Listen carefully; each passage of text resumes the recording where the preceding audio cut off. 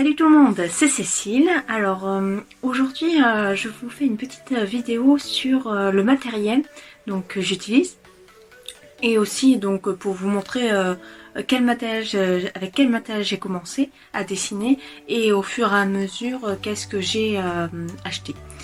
Ok, donc on est parti. En fait quand j'ai commencé avec un Critérium taille 0,7 et une gomme tout simplement.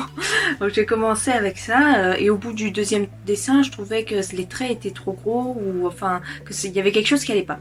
Du coup j'ai décidé de faire avec un deuxième taille crayon avec une mine taille 0,5. Donc là c'est celui que j'utilise pour faire mes vidéos.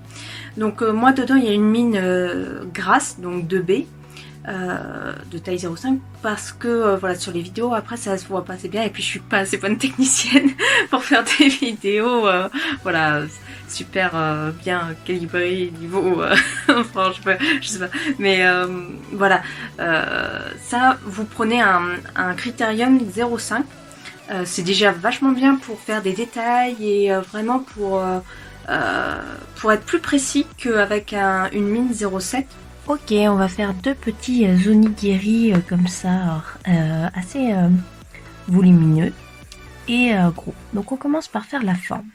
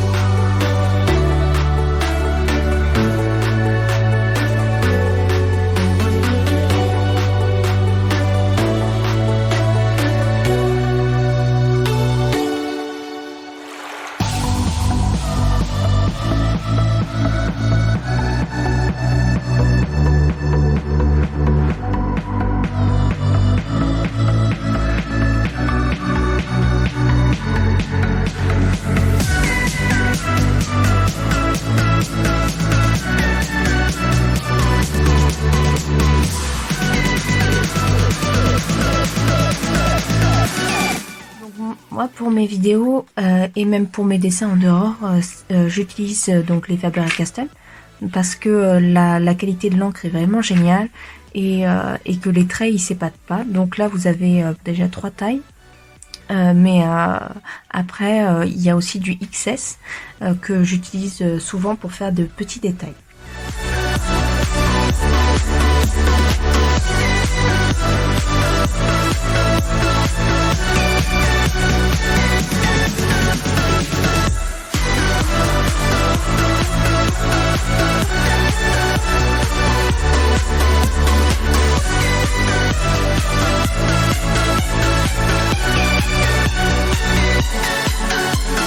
Revenons à nos moutons. Donc les Faber-Castell, la mine pour remplir un maximum d'espace quand vous avez vraiment une grande surface à repasser.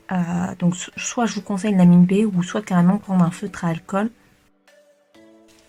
Ok, donc là on a après tout ce qui est ombre. Donc moi je l'ai fait au crayon à papier parce que j'aime bien en fait faire au crayon à papier. Après vous pouvez utiliser des trames.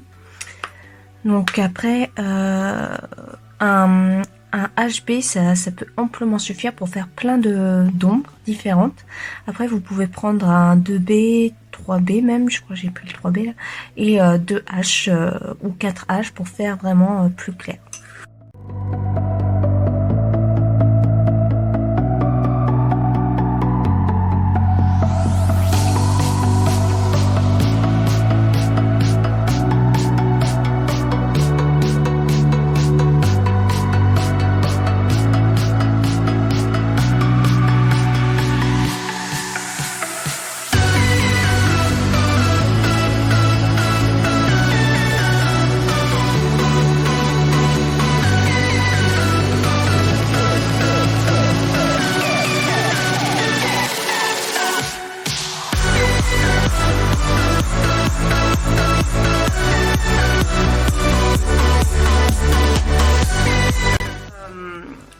feuilles et tout ça. Donc j'ai plusieurs blocs, enfin j'utilise beaucoup le canson parce que j'aime bien les feuilles canson en fait, c'est vraiment une bonne qualité et puis il y a différents grains en fonction de la feuille que vous voulez utiliser. Après pour tout ce qui est brouillon, des feuilles classiques, enfin il n'y a pas beaucoup besoin de se prendre la tête quand on commence à dessiner et qu'on veut faire des entraînements, et moi encore ça m'arrive même pour faire de jolis dessins, voilà.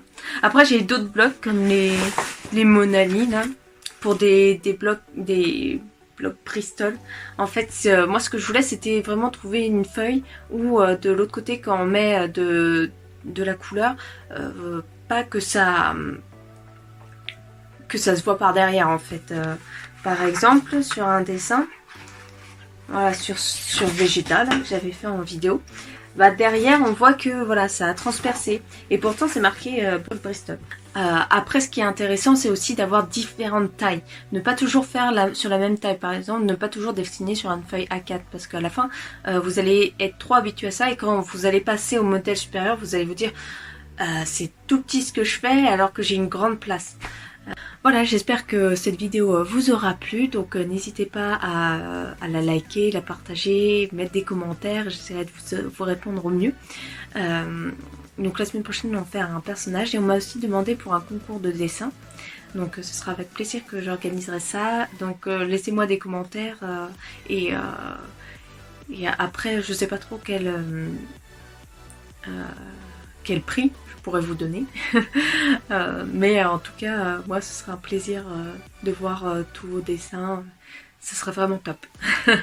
Donc voilà, on se retrouve dans une prochaine vidéo. Maintenant, c'est à vous de jouer, alors à vos crayons.